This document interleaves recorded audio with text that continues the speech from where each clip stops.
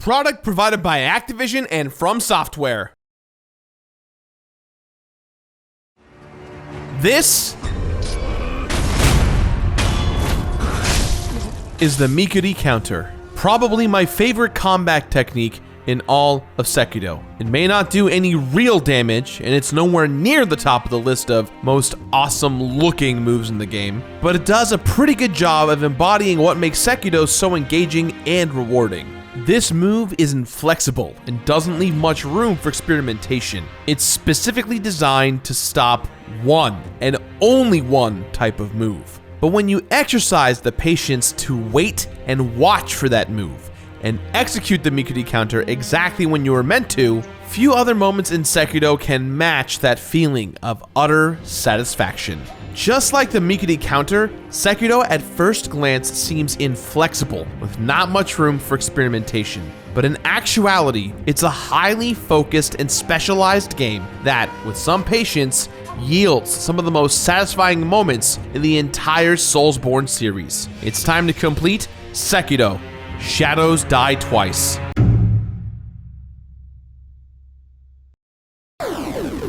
Here comes a new challenger! Yes! Danger!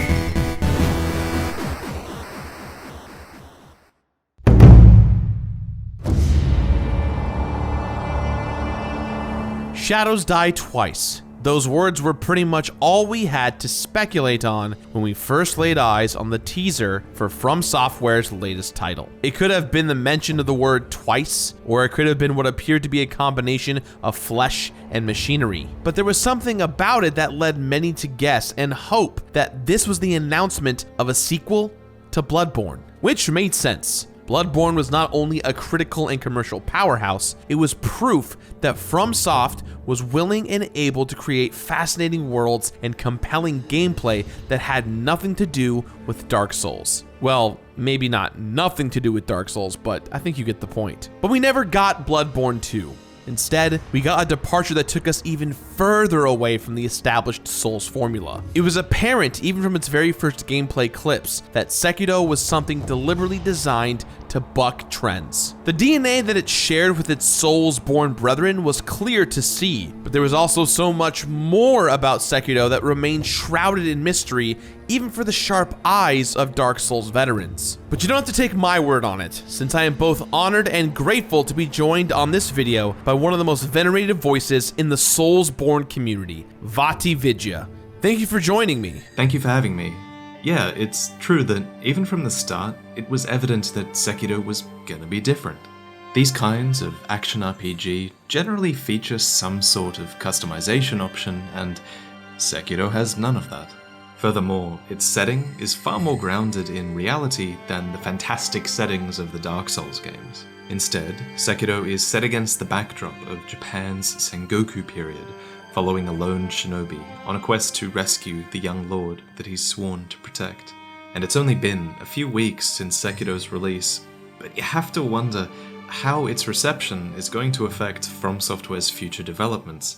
The game is far more specialized than its predecessors, and it's received a fair bit of criticism for that fact, and yet the game sold more than 2 million copies in under 10 days. And it boasted an enormous amount of concurrent players on launch. You can bet that From Software is paying attention to that. Now, it's still kind of the Wild West out there when it comes to the lack of information on this game. All the blanks are still being filled in, and its sheer newness increases the risk of would-be completionists accidentally missing some well-hidden stuff. Not to mention the fact that these games are traditionally unforgiving with regards to their combat. But it's become clear to me that while Sekiro's difficulty is severe, and although it seems far more limiting than other Soulsborne titles, it actually provides opportunities for some of the most satisfying moments in FromSoft history, and it guides players to these moments quicker and more efficiently than ever before.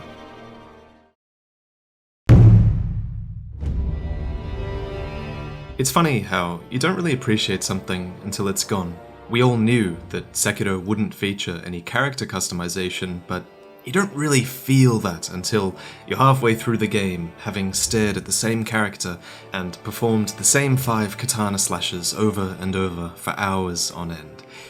Man, it really felt good to equip something heavier or to spec into a different type of damage. But in Sekiro, there are no trick weapons, no pyromancer's flame, and no extra stats to allocate for choosing to be a waste of skin.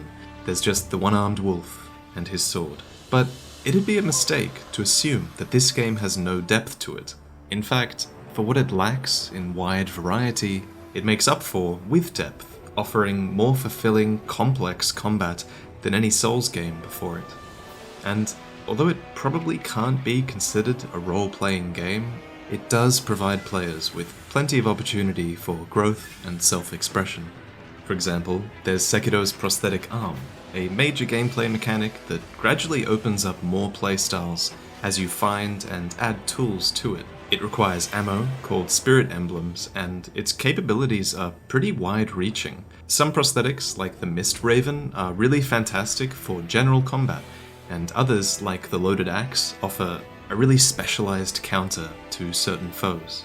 Now, upgraded versions of each tool become unlockable as you play, but even with those, there are still choices to be made regarding player preference. You'd think that with the Golden Vortex unlocked, which spawns bonus items when you use it on foes, you'd think that would be a clear choice over the Tier 1 version of the same prosthetic. But the Golden Vortex costs 4 Spirit Emblems to use, while the Tier 1 version only costs 3. So a depth of choice remains with the player, with every prosthetic weapon, even after they've unlocked everything in the late game. It's pretty surprising how different choices in prosthetic can drastically change the way that you interact with enemies, and since you can only have 3 of them selected at any given time, in addition to a favorite combat art, loadouts are going to be different from player to player. So while you can't dress Sekiro up however you want, and you can't min-max his stats to your heart's content, he can definitely be shaped to suit the player's needs. There are also several skill trees which feature both active combat techniques and passive buffs, and each tree culminates in a powerful technique that epitomizes the theme of that particular skill tree. It's yet another way that Sekiro provides ways to customize your experience. You get to select the moves you want to learn, and you get to build the type of shinobi that you want to play as. Personally, and aside from the aforementioned Mikuri counter, I especially enjoy the martial arts Senpo style attacks. There's nothing like bringing your fists to a sword fight. But here's the thing, you can't respec skill points after you purchase these skills, making each upgrade a big commitment. It seems overly restrictive, but it's actually a way to subtly funnel players towards satisfying experiences. Many of these techniques are locked behind the other techniques, forcing you down a path that winds up at a combination of abilities that make sense together. No one likes finding out too late that they spread themselves too thin in this specialization department. And if you want to survive Sekiro's combat, you're gonna need all the help you can get. Now, this game is no joke. A lot of people are claiming that this game is hard as hell, and they're not lying. This game is positively unforgiving. Is it way harder than the Soulsborne games before it? No. It's merely different. I'd say that the average enemy in Sekiro is far smarter than the average Dark Souls bad guy. They're patient and they can defend themselves pretty well. However, they show up in massive groups far less often than their Dark Souls cousins. Not harder, just different. And you're going up against a lot more humanoid foes this time around too. There was always something more tense and exciting about the NPC fights in the previous games. It was like the battles felt more intimate since you knew your opponents had abilities and limitations that for the most part mirrored your own. And during Sekiro's early game, when you're still getting acquainted with those limitations, the lowliest bad guys can feel monstrous. It's like if Dark Souls were the English language and Bloodborne was French, then Sekiro would be akin to, appropriately enough, Japanese. It's not necessarily that much more difficult to learn, it's just that many of the rules that we, as native speakers, have become accustomed to no longer apply. Case in point, stamina is out the window. This was once an all-important meter, which determined how much movement and how much offense we had available, and while it takes some getting used to, now it's completely gone. And that works fine in the framework of Sekiro's combat style. The game is so much more action-oriented that it's able to provide as many sword swings and dodges as the player can handle, and yet this doesn't make you overpowered, it just enables you to perform at the highest level your reflexes will allow. And for every system they remove, they seem to add another few in their place.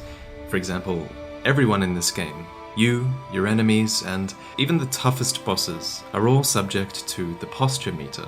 It gradually fills as you take hits or block attacks, and once it's full, you're left wide open to punishment. That being said, if you max out your foe's posture bar, they're susceptible to death blows, which brings them down immediately, regardless of how much health they have left. The extreme sense of satisfaction from landing a successful visceral attack or riposte, it happens all the time in Sekiro. But the best way to keep yourself from getting overwhelmed is to get very comfortable with the deflect technique.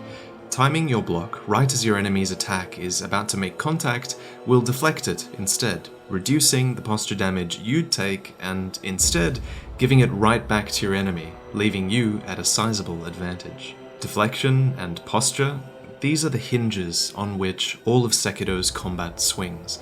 It's not exactly like the parry in Dark Souls, with which you could legitimately get by with never using in your entire playthrough.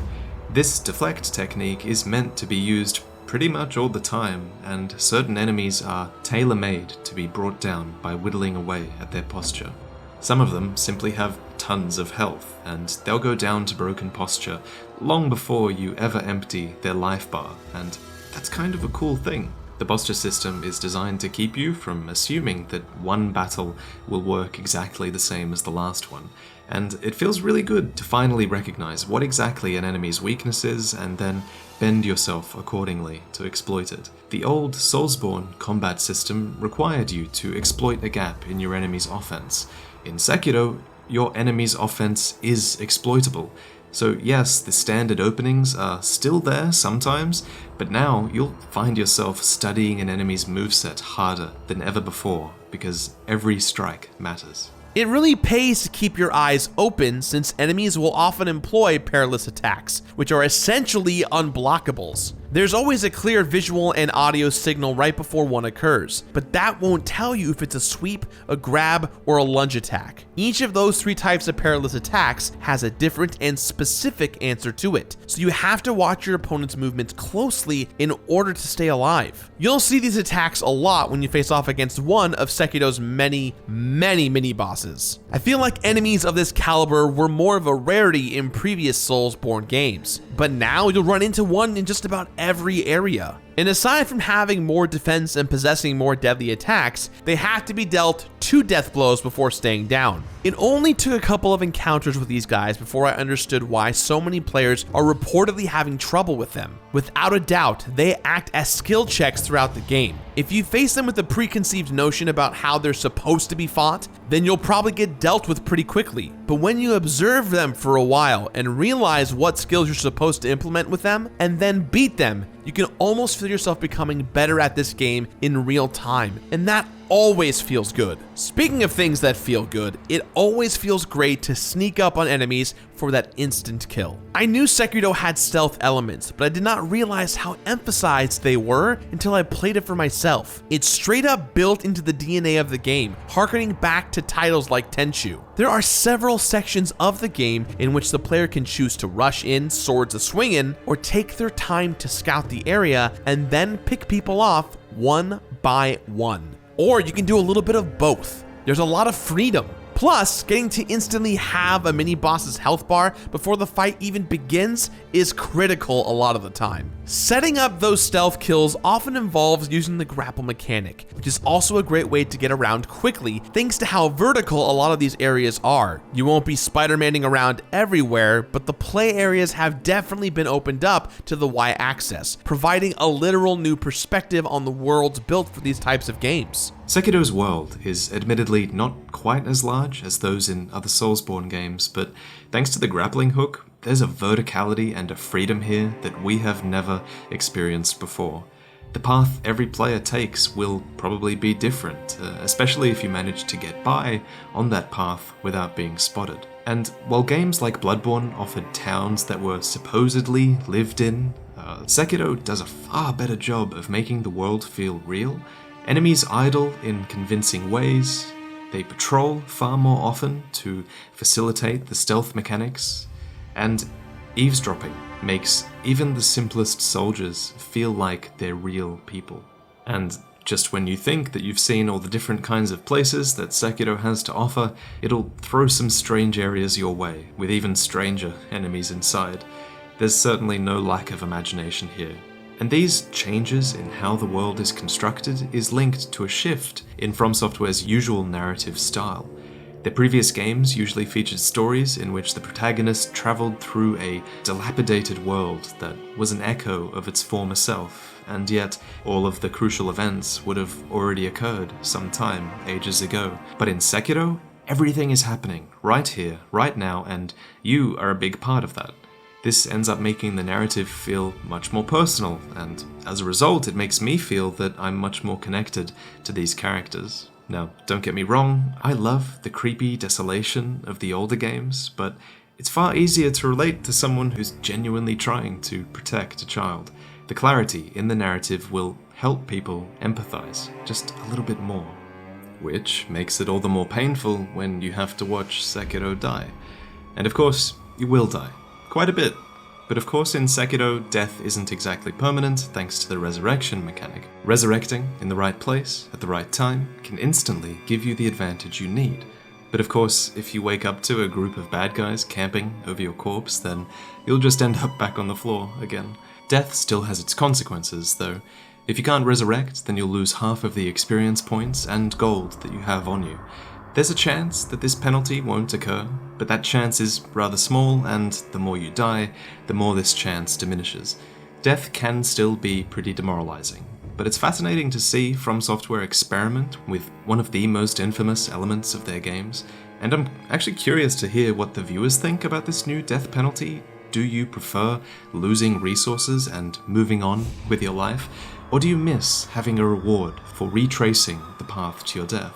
You can stave off death by collecting prayer beads, which gradually increase your max health and posture, but collecting them is a big risk since most of them are held by mini-bosses. A lot of those bosses are completely optional. You can just outright ignore them. But if you want to be as buff as possible, or if you're completing the game, you'll have to bring down just about everyone you see. But if you do take the time to gather these upgrades, you can rest easy knowing that they will all carry over into New Game Plus. Just about every item in the game stays with you when you make that transition, which really puts things into perspective when you're revisiting areas. What used to be insurmountable roadblocks are now barely a challenge. Yes, this is due in part to how much your stats have grown and all the gear that you've amassed, but I honestly believe that the increased ease during subsequent playthroughs is mostly due to how your understanding of the game and its rules grows as you play. It's the same story that's been around since the very first Dark Souls, but that natural improvement is much more evident here in Sekiro, and as a result is much more satisfying to recognize. Some areas took me hours to clear out on my first playthrough, but by my second run, no location or boss fight took me more than an hour to beat. And that increased efficiency was sorely needed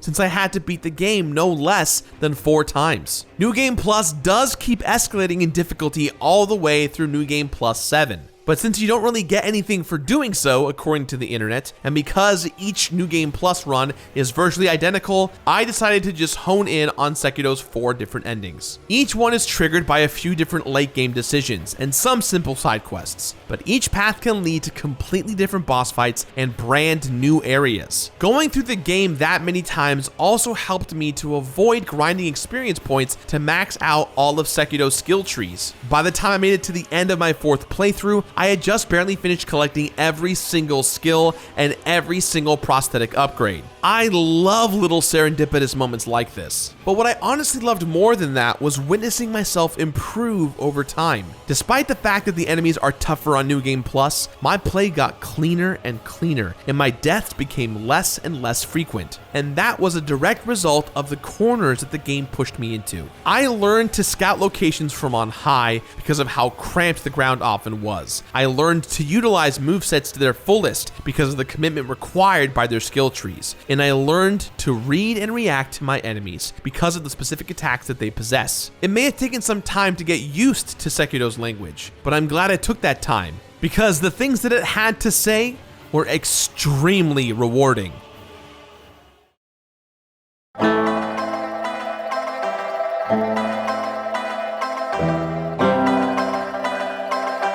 There are, with the exception of a few combat arts, no completion bonuses for completing Sekiro. And in that way, it's not unlike the other games of the series. And I personally still think of this game as a Soulsborne title, even if there are a couple of major deviations from the formula. While there's less customization, less confusing plots, and no more online play, Sekiro still lives by that immense sense of satisfaction that you get for overcoming adversity, and, in my opinion, nothing feels more Souls-like than that. These games are some of the most demanding but rewarding in the business, and there's a place for them. After devoting myself to Sekiro and doing everything that there is to do, I'm honestly hungry for more. More areas, more enemies, more skill trees. There's a lot of room for expansion with Sekiro that I hope gets utilized sooner rather than later. While I completed Sekiro Shadows Die Twice, there were 338 deaths. Most were front-loaded in my first playthrough, and watching this number slowly dwindle felt fantastic. 34 trophies unlocked. Nothing out of the ordinary except for the fact that they were the easiest From Software trophies I've ever earned, thanks to Sekiro's lack of online play and the addition of an actual pause feature. What an age we live in. 40 prayer beads collected. Having proof that you've dominated every boss and having that proof actually impact the gameplay is always a nice thing. 4 complete campaign playthroughs. Things only got smoother over time, and it's always nice to have replayability encouraged. 47 hours of total playtime, and absolutely no tears shed, despite the fact that I was prepared to cry, Vaati, ever since you agreed to be part of this video. I can still make that happen, if you like. No, I'm okay, thank you. This has been an episode of The Completionist, where we don't just beat the games, we complete them. And completing Sekiro went a lot smoother than I thought it would. While extremely difficult in the beginning, it gradually toughens up the player, making subsequent playthroughs that much easier and that much more rewarding. I am very excited for this new direction From Software is going, and I can't wait for more, which is why Sekiro Shadows Die Twice gets our completionist rating of Complete It. Complete it! That's all the time we have for today, guys. So please, as always, let me know what you thought about today's episode somewhere on the internet. A massive completionist thank you to VaatiVidya for being a part of this. He's a great content creator, makes some of the best videos out there. I highly recommend checking him out. If you want to check him out, here's a little bubble right here on screen. You can go, you can click or tap that. And hey, if you're like us, hit that subscribe button, get the bell for notifications. We do new videos every Wednesday and Saturday. I've been Gerard the Completionist, and we'll see you next week for the brand new episode. Bye.